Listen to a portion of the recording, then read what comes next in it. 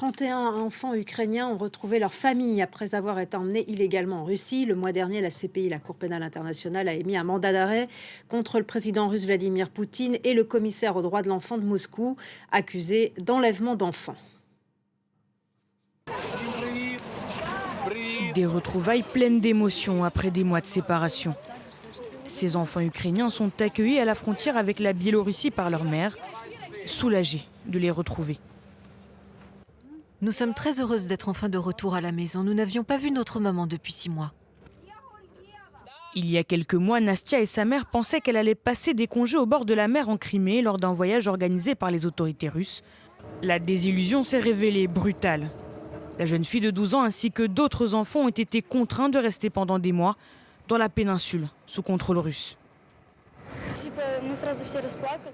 Nous avons tous éclaté en sanglots, puis ils nous ont dit d'aller dans nos chambres. Alors nous l'avons fait. Ensuite, ils nous ont dit que nous allions être transférés dans un autre camp, et là, nous avons recommencé à pleurer.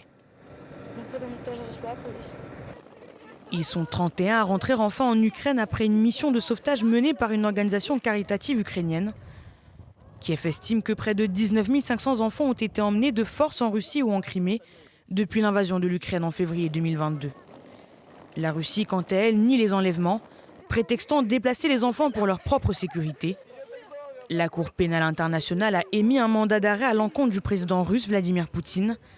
Il est entre autres accusé de crimes de guerre pour la déportation d'enfants ukrainiens en Russie.